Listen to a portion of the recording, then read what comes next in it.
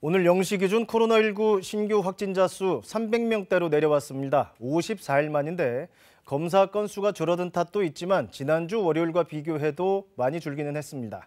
재난방송센터 연결해서 자세한 현황 알아봅니다. 이혜진 기자. 3차 대유행 국면에서는 가장 적은 숫자가 나온 것 같아요. 오늘 발표된 확진자 현황부터 전해주실까요? 네, 국내 코로나19 신규 확진자는 389명입니다. 보시면은 해외 유입은 23명이고 국내 발생이 366명입니다. 위중증 환자는 9명이 줄었지만 사망자는 15명이 늘었습니다. 오늘 신규 확진자는 어제보다 100명 이상이나 감소했는데요. 국내에서 3차 대유행이 시작된 지난 11월 25일 이후 오늘 신규 확진자 수가 가장 적습니다. 300명대 확진자가 나온 거는 무려 54일 만입니다. 이렇게 감소 추세인 것은 분명해 보이지만 어제가 휴일이어서 검사 건수가 줄어든 것도 영향을 준 것으로 보입니다.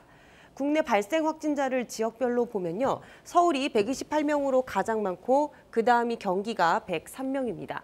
여전히 수도권 확진자가 많긴 하지만 수도권이 차지하는 비율은 66%까지 줄었습니다. 그리고 다른 지역 확진자들은 눈에 띄게 줄었는데요. 경남과 경북에서 20명 안팎의 확진자가 나와 상대적으로 많았습니다.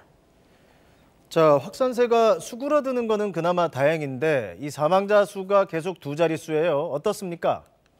네, 그렇습니다. 오늘도 사망자가 보시면 15명 늘었는데요. 최근 사망자 발생 추이를 보면 지난 12월 15일 이후 오늘까지 한 달 넘게 매일 10명 이상의 사망자가 나왔습니다. 그러다 보니까 치명률이 최근에 1.73%까지 높아졌습니다. 최근 요양병원 등에 머물던 고령층의 감염이 늘면서 사망자의 증가로 이어지고 있는 것으로 분석이 되는데요.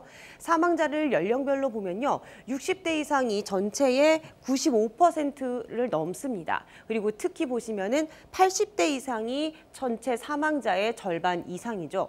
코로나가 기저질환이 있는 고령층에 특히 취약한 질환인 것을 확인할 수가 있습니다.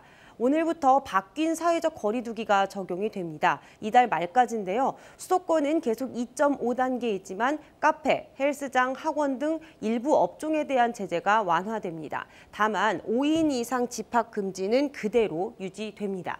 지금까지 재난방송센터에서 KBS 뉴스 이혜진입니다.